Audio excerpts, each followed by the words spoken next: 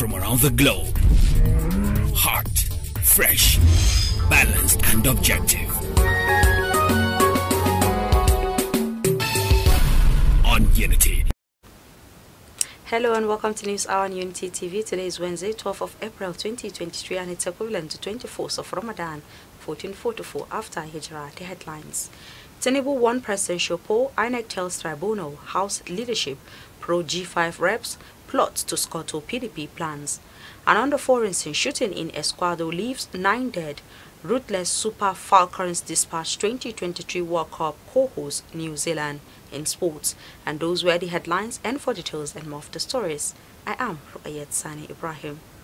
The Independent National Electoral Commission INEC has asked the Presidential Election Petitions Tribunal in Abuja to dismiss all the petitions challenging the declaration of Bola Ahmed Tinubu of the All Progressives Congress as the winner of the February 25 presidential election. INEC had declared that Tinubu polled 8,794,726 votes to win the election. The Commission declared that the presidential candidate of the People's Democratic Party, Atiku Abubakar, came second with 6,984,520 votes, while it announced Labour Party's Peter Obi as the second runner-up with 6,101,533 votes. But Atiku, Obi and some other parties rejected the result announced by INEC and headed for the tribunal with prayers that the election should be nullified. All the opposition parties challenging Tinubu's victory joined INEC as a co-defendant in its defense to the various petitions. Filed through its team of lawyers led by A.B. Mahmoud San, INEC described Atiku's petition as grossly incompetent, vague and academic, saying it was an abuse of the court process.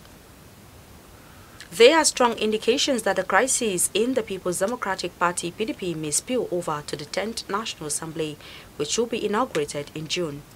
It was gathered on Tuesday that some newly elected PDP House of Representative members might yield to the G5 governor's wish when the battle for the leadership of the House and minority caucus begins. Though the PDP had yet to issue any directives to lawmakers elected on its platform, there were signs on Thursday that some newly elected members might go along with the 5 governors' positions regarding the choice of the minority in the House leadership. The Rivers State Governor Nyesom Wike, while hosting the Deputy Speaker of the House Idris Wase, penultimate Monday, said the Rivers PDP will support the All Progressives Congress at the national level.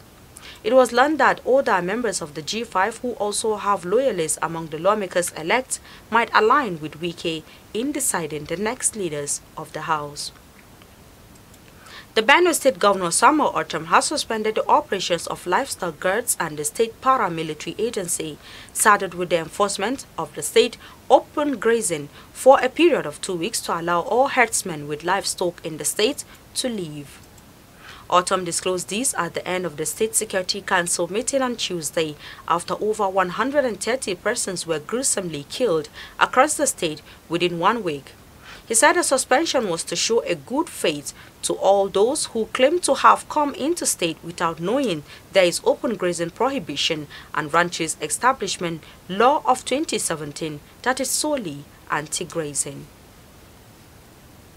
The 85 people kidnapped by bandits in Wanzamai village, Tafe local government area of Zamfara state, are still in captivity. It was learned on Tuesday that the bandits had made a fresh demand for additional 850,000 naira ransom to buy 2 motorcycles as replacement for those destroyed during a raid on their enclave by the military. Speaking to newsmen, an indigene of the area, Abubakar Na'Allah, said the bandits sent a message to families of the 85 abductees demanding that they raise 850,000 naira by paying 10,000 naira each.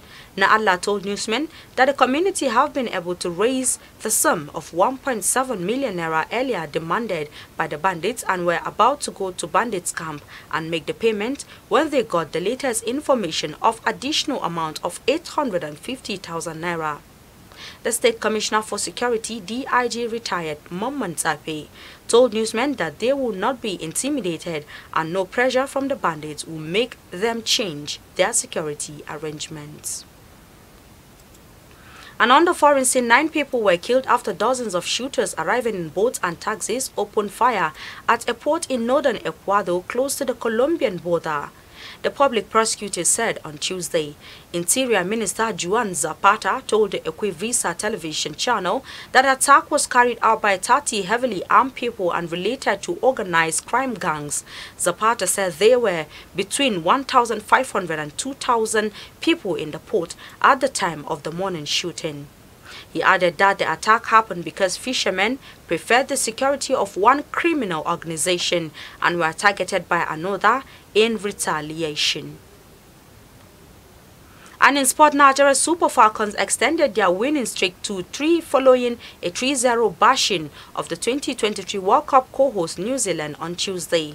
Coach Randy Waldrum's girls got the breakthrough from an unlikely source 11 minutes to halftime. Skipper Onome Ebi headed home from an incisive 20-piney cross at the Emir Sports Complex, Antalya, Turkey, to silence critics who faulted her continued stay in the team. Nigeria headed into the second half with the lead, and it took the record African champions just 4 minutes upon resumption to double the cushion. Jennifer Ogene tapped in from the near post to hand Nigeria their second goal of the encounter. Playing only in her second match after a lengthy international exile, Desire Opara Noze netted deep into stoppage time as Nigeria completed the annihilation of the World Cup-bound team. And with the sport news, you've come to the end of our bulletin for today. You can follow us on our social media handles at Facebook, Instagram and Twitter at TNT Radio FM TV, respectively. You can also watch us live on Badarsat, which is being watched in about 38 countries of the world free. You can also follow us on our YouTube channel at Unity FM TV. I am Ruqayyat Sani Ibrahim. Thanks for watching and enjoy the rest of our programs. Do have yourself a lovely day. Unity.